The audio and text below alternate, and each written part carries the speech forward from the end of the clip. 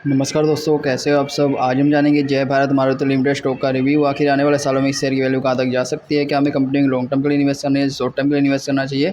क्या कंपनी के शेयर को होल्ड करना एक बेहतर विकल्प रहेगा, बेच देने एक बेहतर विकल्प रहेगा। क्या कंपनी आने वाले समय में अच्छा रिटर्न देने की कैपेबिलिटी रखती है, नहीं। तो दोस्तों, इन सब चीज़ों को जानने के लिए हमें कंपनी को जरूरी चीज़ों को देखना होगा। तो चलिए फटाफट से देख लेते हैं। तो सबसे पहले आपको यहाँ पे कंपनी की प्रोफाइल देखने मिल जाएगी। कंपनी की जनरल चीज़ें होती है वो सब यहाँ पे दी हुई है। अगर इसमें कुछ इंपॉर्टेंट चीज़ों को देखें तो वही कंपनी का मार्केट कैप जो टाइप है वो स्मॉल कैप पे कंपनी काम कर रही है। कंपनी की मार्केट कैप वैल्यू 1170 करोड़ की रही हुई है और कंपनी जो है मुख्य रूप से ऑटो पार्ट्स के सेक्टर में काम करती है, जैसा कि हम जानते ही है। और कंपनी की जो वेबसाइट है ऑफिशियल, ये कंपनी की वेबसाइट है, यहाँ से आप अधिक जानकारी ले सकते हो। तो दोस्तों, ये तो थी कंपनी के बारे में एक छोटी सी जानकारी। अब हम कंपनी की ज़रूरी चीज़ों को देख लेते हैं।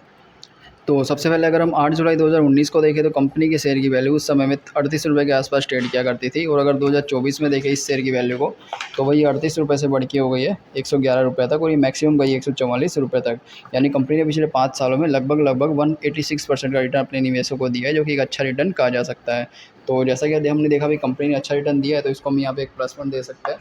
तो हमने इसको यहाँ पे एक प्लस पॉइंट दे दिया है। अब हम देखेंगे कंपनी की फाइनेंशियल रिपोर्ट की कंपनी जो है रेवेन्यू वगैरह किससे कैसा बना रही है। तो दोस्तों, अगर 2019 में देखें तो कंपनी के द्वारा 1996 करोड़ का रेवेन्यू बनाया जाता था और 52 करोड़ की इनकम बनती थी।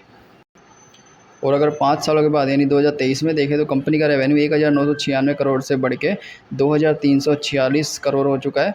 और कंपनी जो नेट इनकम है वो 52 करोड़ से घट के 37 करोड़ हो चुकी है। तो जैसे कि हमने देखा भाई कंपनी का जो रेवेन्यू वो तो थोड़ा बहुत बढ़ता हुआ देखा जा सकता है, पर कंपनी जो नेट इनकम है उसमें काफ़ी ज़्यादा गिरावट देखने मिली है। तो हो सकता है भाई कंपनी को कोई बड़े एक्सपेंस हो रहे हो, पर अगर हम पिछले 3 से 4 साल को देखें तो ये कंपनी जो है अभी अच्छा प्रॉफिट नहीं बना पा रही, जो कि एक अच्छा संकेत नहीं माना जाता। इससे हम कह सकते हैं कि कंपनी जो है फाइनेंशियल रूप से स्ट्रॉन्ग नहीं चल पा रही है। तो इसके ये एक निवेशकों के लिए एक अच्छा संकेत नहीं माना जाता कि कंपनी जो है अभी प्रॉफिट काफ़ी सालों से नहीं बन पा रहा है। तो इसको हमने एक माइनस पॉइंट दे दिया है। अब हम देखेंगे पिछले कुछ साल में कंपनी की संपत्ति में होने वाले फेरफार। तो दोस्तों, अगर 2019 में देखें तो कंपनी के पास उस समय में 1205 करोड़ की संपत्ति हुआ करती थी। और अगर 2023 संपत्ति की वैल्यू 1205 से बढ़ के 1299 है।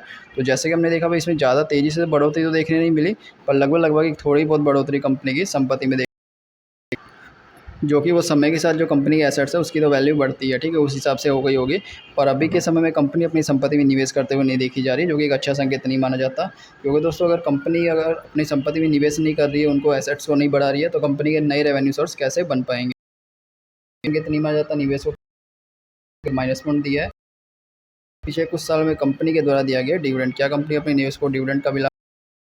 तो दोस्तों, अगर डिविडेंड को देखें तो देखिए कंपनी ने 2022 में दिया, 2021 में, 20 में, 19 में, मतलब कंपनी लगातार 2023 तक अपने और दिए गए डिविडेंड की वैल्यू भी आप।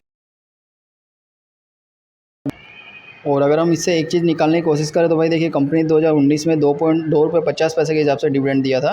पर उसके बाद से कंपनी जो है डिविडेंड की वैल्यू कंपनी ने कम कर दी थी, पर कंपनी वापस से इसमें 1.75 रुपये का डिविडेंड दे रही है। तो इससे हम कह सकते हैं होते हुए देखी जा सकती है।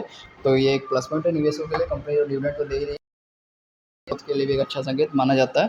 तो इसको हमने एक प्लस पॉइंट दे दिया है। दोस्तों, अब हम देखेंगे कंपनी का शेयर होल्डिंग पैटर्न की कंपनी में कौन कौन से इन्वेस्टर रहे हुए हैं। सबसे पहले आता है टोटल प्रमोटर होल्डिंग, यानी कंपनी के द्वारा की गई होल्डिंग। कंपनी ने अपने शेयर की 59% की होल्डिंग अपने पास रखी हुई है, जिसमें से कंपनी ने इस होल्डिंग में से कोई भी प्रकार से कोई भी शेयर को बैंक में गिरवी नहीं रखा। ये शेयर पूरी तरह से कंपनी के पास रहे हुए हैं, जो कि एक अच्छा संकेत है। म्यूचुअल फंड लगभग ना के बराबर रहे हुए, इसमें एक अच्छा संकेत नहीं है। जो भारत के बड़ी इन्वेस्टर है वो भी लगभग ना के बराबर रहे हुए हैं, ये भी एक अच्छा संकेत नहीं है। विदेशी इन्वेस्टर कंपनी में 2.61% रहे हुए हैं, ये एक अच्छा संकेत है। रिटेल इन्वेस्टर कंपनी में 38% रहे हुए हैं, ये भी एक अच्छा संकेत है।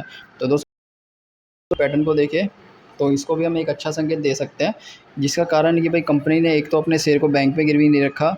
सेकंड, कंपनी के पास काफ़ी अच्छी मात्रा में अभी भी अब प्रमोटर होल्डिंग के शेयर रहे हुए हैं।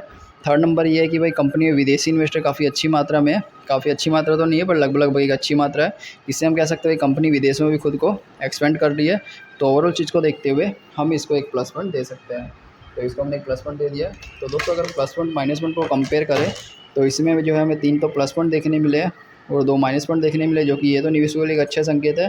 पर साथ साथ में अगर आप इसमें निवेश करने का सोच रहे हो, आपने ऑलरेडी निवेश किया हुआ है, तो इन दोनों चीज़ों को भी ध्यान में रखना एक अच्छा विकल्प हो सकता है। और दोस्तों, इसके अलावा कंपनी के बारे में जैसे जैसे अपडेट मिलती रहेगी हम आपके साथ भी अपडेट करते